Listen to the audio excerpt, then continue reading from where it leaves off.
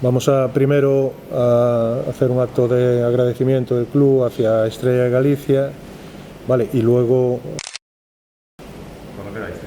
Vale, buenos días. Bueno, estamos aquí para agradecer a Estrella de Galicia su patrocinio un año más, ¿no? Este año especialmente importante en la Liga ACB, de la que nos fuimos hace 3 temporadas y a la que ahora volvemos. Estrella de Galicia es uno de nuestros más importantes patrocinadores, es un gran patrocinador nuestro y está en nuestro corazón. Es una de las empresas que nos ayudan a estar en la ACB, una de las principales empresas que nos ayudan a estar en la ACB.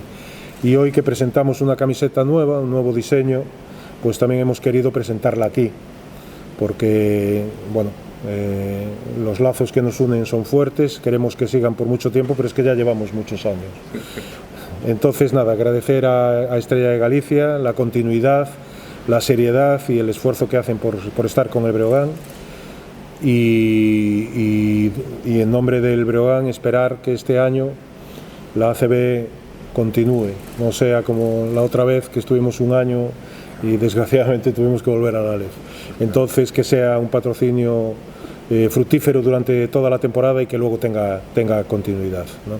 Y después presentaremos también la camiseta, donde ellos son protagonistas siempre, porque están en nuestro frente, en el frente. Gracias y nada, por nuestra parte ya está. Muy bien.